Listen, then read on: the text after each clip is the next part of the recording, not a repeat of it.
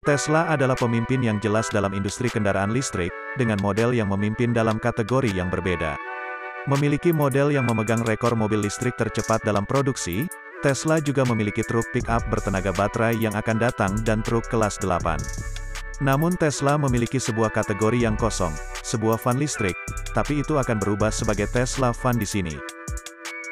Bergabunglah dengan kami untuk menjelajahi van Tesla secara detail. Sementara Tesla berfokus pada kategori kendaraan lain dan menemukan kesuksesan luar biasa, perusahaan lain telah bekerja pada van bertenaga baterai. Misalnya, Rivian membuat percikan ketika mengamankan pesanan van listrik 100.000 unit dari Amazon. Raksasa retail online berencana menggunakan van untuk pengiriman mengurangi jejak karbonnya secara global. Kontrak tersebut tidak mengejutkan karena Amazon adalah investor terbesar di Rivian. Jadi Jeff Bezos pada dasarnya mengambil uang dari satu saku, dan memasukkannya ke dalam lainnya. Amazon telah mulai melakukan pengiriman uji dengan van listrik di lokasi di AS.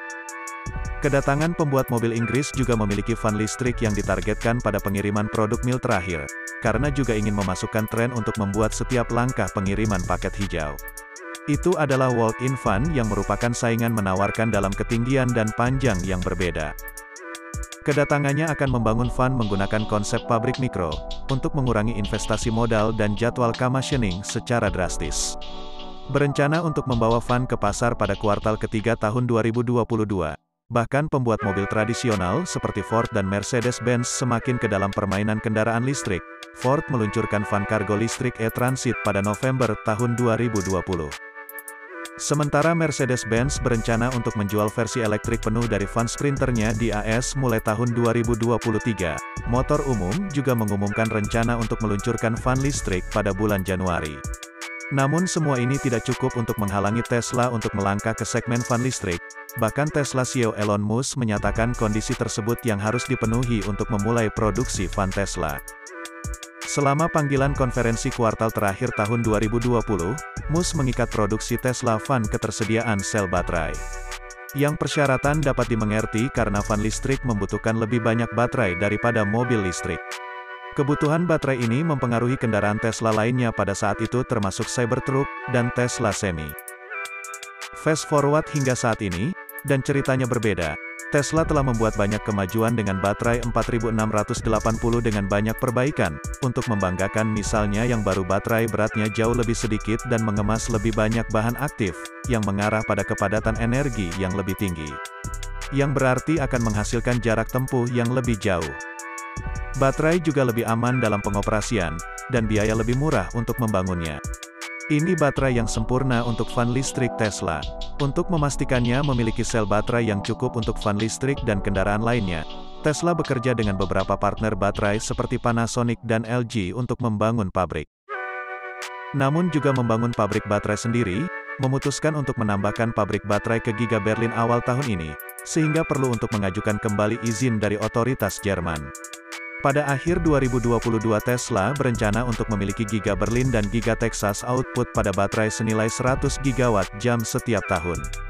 Tesla juga dikabarkan sedang dalam pembicaraan dengan BYD di Cina untuk menggunakan sel baterai Blades yang sangat mirip dengan baterai 4680 miliknya sendiri.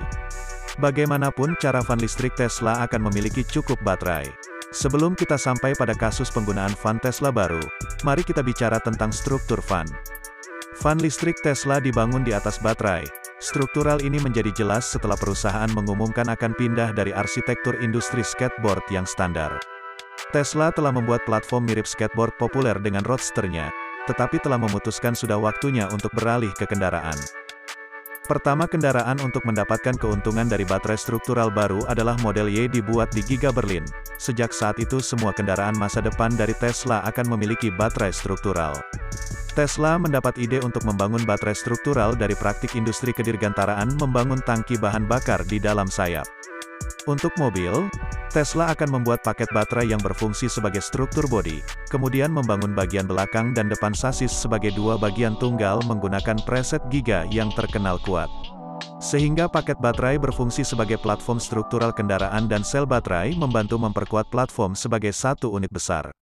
Ini adalah langkah menentang standar industri karena pembuat mobil listrik lainnya mencoba melindungi baterai, Sementara Tesla ingin menggunakannya sebagai bagian struktural integral dari kendaraan listriknya, keuntungannya signifikan yang akan membantu van Tesla. Misalnya metode ini mengurangi jumlah suku cadang yang dibutuhkan untuk membuat sasis dengan banyak besarnya. Menggunakan mobil sebagai contoh, Tesla mengatakan itu akan menghilangkan 370 bagian. Ini sangat besar karena itu berarti lebih sedikit peluang untuk kegagalan. Ada juga pengelasan yang memukau dan penyegelan yang jauh lebih sedikit. Ini akan mengurangi waktu produksi secara signifikan. Van Tesla juga akan lebih ringan dibandingkan dengan van lain.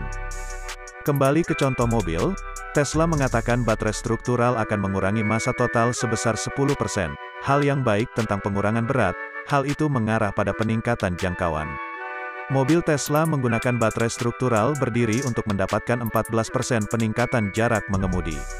Dengan semua manfaat ini datang ke Tesla Van, itu tidak akan berebut dengan jangkauan di jalan.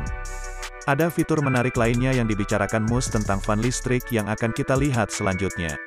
Anda mungkin pernah mendengar tentang kendaraan listrik tenaga surya SEVs.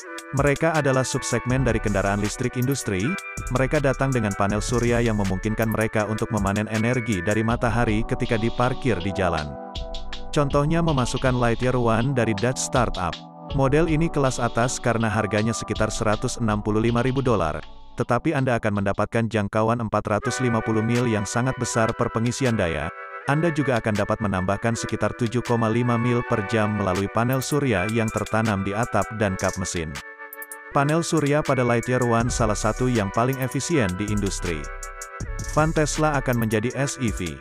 Tapi sebelum kita masuk ke detail, akan penambahan panel surya membuat van sangat mahal. Tidak juga, SEV tidak memiliki untuk menjadi harga selangit. Anda hanya perlu melihat apa yang Sono EV startup lain yang berbasis di Jerman sedang mengerjakan. Sion City Charge-nya dijual seharga €28.500 sebelum insentif menendangnya.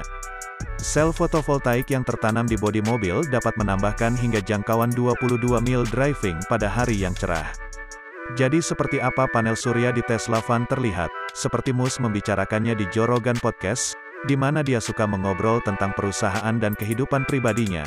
Jelas itu telah terlintas di benak tim desain Tesla untuk menyematkan panel surya di kendaraannya. Ini tidak masuk akal, karena Tesla memiliki kerbau di pabrik yang membuat panel surya.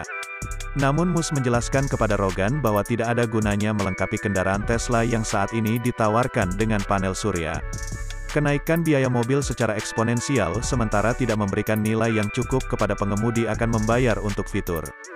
Masalahnya adalah sebagian besar kendaraan penumpang tidak memiliki luas permukaan, atau mereka didorong dalam iklim yang benar untuk membuat pemasangan panel surya menjadi solusi yang menguntungkan untuk menyetir jangkauan kami. Beberapa telah mencoba ini di masa lalu dengan proyek DIY, tetapi itu tidak menghasilkan banyak efektivitas untuk membenarkannya sebagai pilihan untuk Tesla. Namun sebuah van adalah kasus yang berbeda, karena sebuah van besar akan memiliki area permukaan yang lebih besar untuk memasukkan lebih banyak panel surya, sehingga energi yang dihasilkan akan bernilai. Sekarang, sebuah van, karena Anda memiliki area datar yang besar disitulah surya bisa mulai sedikit lebih masuk akal. Anda tahu karena Anda memiliki banyak area, Anda juga dapat memiliki mungkin atap yang terkena sinar matahari dan kemudian ketika tidak bergerak, atapnya padam dan memberikan keteduhan dan mungkin melipat tigakan area Anda atau sesuatu seperti itu. Sekarang Anda melipat tigakan area tersebut dan Anda memiliki permukaan datar yang besar. Anda mungkin dapat mulai mengisi daya cukup di mana Anda mulai mendapatkan seperti 30 mil sehari. Perkiraan Musk 30 mil per hari. Mungkin berarti Anda tidak perlu mencolokkan untuk mengisi baterai selama berhari-hari pada suatu waktu. Beberapa driver tidak menutupinya jarak yang jauh per hari. Sekarang untuk kasus penggunaan van Tesla. Selama pertemuan baru-baru ini dengan stafnya, Tesla menyebutkan van akan mengangkut banyak orang sekaligus. Ini akan sesuai dengan rencana Musk untuk membangun terowongan bawah tanah, di mana kendaraan otonom akan bergerak pada tingkat yang efektif.